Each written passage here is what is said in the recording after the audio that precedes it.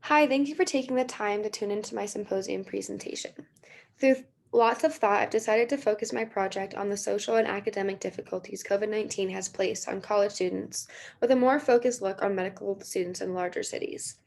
I have broken up my project between both focuses by having examples of universal examples from articles I researched, as well as through a personal one-on-one interview with my brother Michael Pierce, who is currently a student at Cornell in their PA program. The Plague, a book written by Albert Camus in 1947, displays life during an epidemic in the town of Oran, Algeria.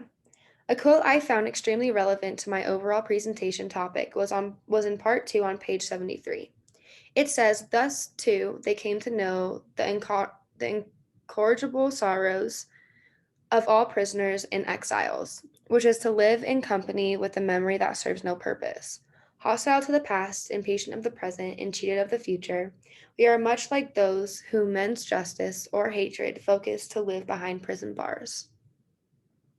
This theme is commonly referenced in the articles I've researched, highlighting how college students are finding this time to be difficult, depicting that we took advantage of the past, are, as quoted, impatient of the present, and feel like the future is only a lucid dream forever unreachable. Quarantine has been a prison to us all, and all we have to hang on to are the memories of life before COVID and the anticipation of what life will be like after.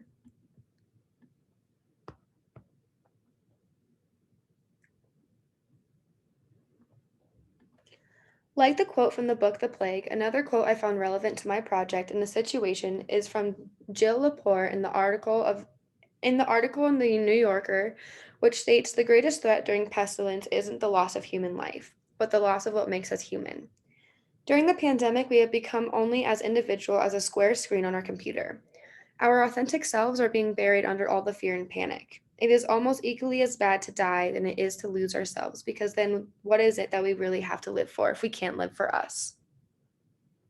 On the right of the screen is a picture of my interviewee, Michael Pierce. As you can see, he is in his scrubs in a locker room at his previous job in Denver. You can also see his bright pink hair that just illuminates him while standing in a bland, sterile hospital setting. Through the pandemic, Michael never let himself lose who he was in such a dark time. With bright hair almost also came his bright personality. It was the little things for Michael that helped keep him human while working in a profession where medical attention is given before one's humanity.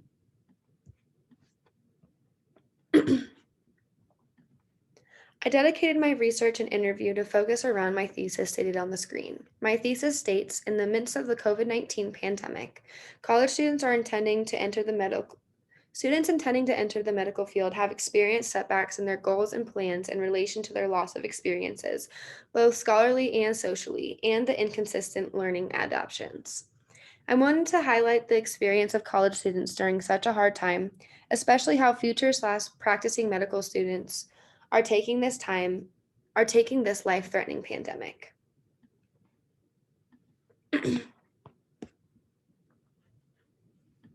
As I said earlier, I split up my presentation between my research data and my interviewee data in order to specify parts of my thesis.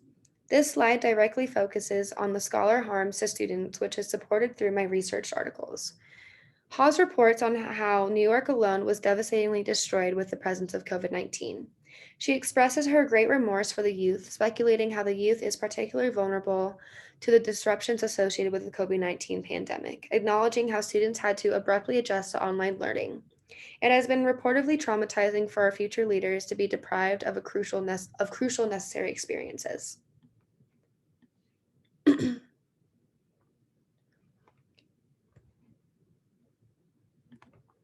Here I have more evidence following the same idea from the similar slide regarding the social harms on students during the pandemic. Author Aaron Harries holds the same position by reporting that the Association of American Medical Colleges has stripped away many important opportunities for their students by recommending to pause all student clinical rotations with in-person patient care. College students are lacking experience and opportunity in this time of their lives, but sadly, nothing much can be done except for us to just sit and wait. In parallel themes, author Matthew Browning condemns college students are amongst the most strongly affected by COVID-19 because of uncertainty regarding academic success, future careers, and social life during college, amongst other concerns. College students are experiencing drastic setbacks towards their future not because of the infection itself, but because of the opportunities the virus has taken away. Through this pandemic, college students are more drastically affected by COVID 19, but what is ironic is the fact that the virus rarely affects their physical health. It is their mental health that is exponentially declining.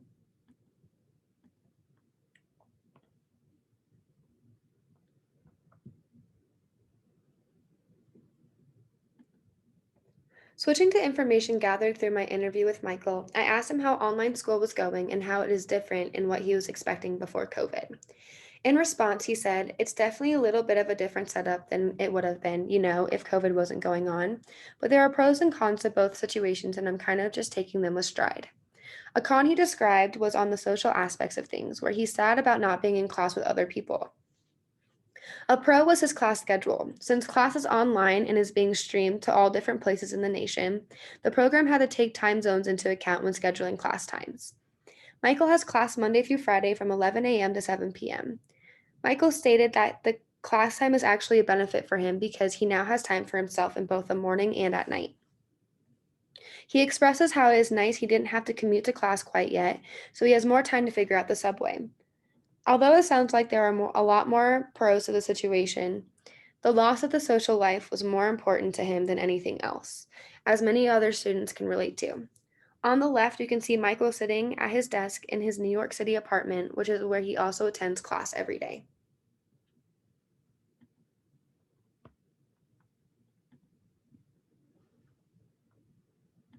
Switching back again to data found through the articles I've selected, author Browning speculates that COVID-19 has made a huge impact on the mental health of college students, which shows major declines in student social abilities.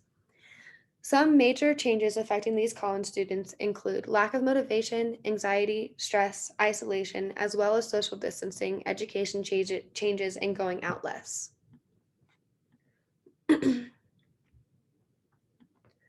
To continue evidence from the previous slide, Harry's deplores slash comments that her studies show that COVID-19 has had moderate effects on their stress and anxiety levels, with 84.1% of respondents feeling at least somewhat anxious. This result is most likely because medical students are desperate to be in the medical field to work and gain experience. Also, usually medical professionals thrive in environments related to health, so these students are not worried about the virus more than they are worried about being behind in their careers. Also, many college students had to leave campus to move back home with family, and social interactions was restricted during this critical time of social development. These results show comparative conclusions that affect the overall conclusion of how COVID-19 affects current college students and their imperatively important social lives.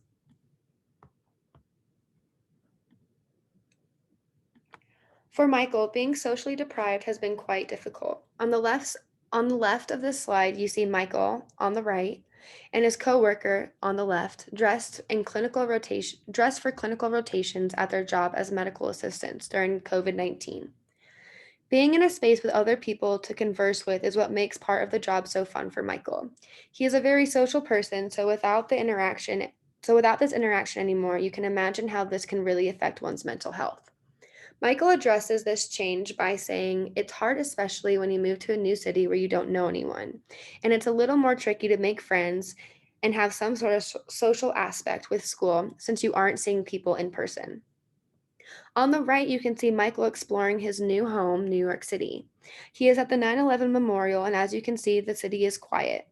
It is hard for Michael's social life to be in one of the most populated cities only to refrain socially.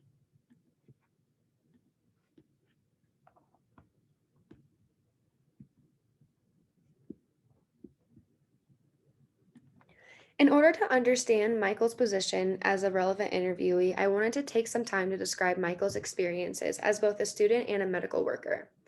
When COVID-19 took over, Michael was currently employed at the largest hospital in Denver called St. Anthony's. More specifically, Michael worked as a medical assistant for a brain surgeon. COVID-19 made his experiences pretty different, especially in physical appearance at the job and how procedures were conducted. This opportunity allowed for Michael to gain hours for his PA school applications as well as experience what his future would look like. Michael ended up choosing to attend PA school through the Cornell campus in Manhattan, New York. Michael is excited but also nervous about attending school in an area that is so drastically affected by COVID-19, which projects upon both issues regarding his scholar and social life.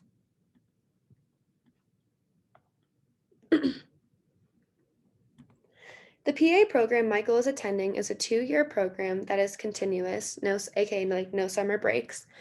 He acknowledges the idea that was currently all online, but it should soon be hybrid. The online portion of the program is spent teaching students about the scientific terms, but also about the importance of narrative medicine. The way Michael explained it was how the curriculum has changed for medical students, where they are taught not only how to medically help someone, but to do so on a more personal connection between doctor and the patient. When the moves to become hybrid, lectures will continue to be online, but students will begin to go into labs to practice performing spinal taps, blood draws, and other crucial procedures they will be doing as PAs. Michael says the class is supposed to become hybrid by May, but it also depends heavily on COVID-19 numbers and the distribution of the vaccine.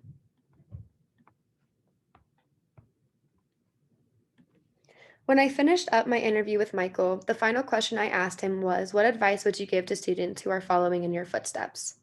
In response, Michael wanted people to continue being strong because it will lead to great rewards, and I promise you will still have so much love and light and valuable experiences regarding all of this stuff,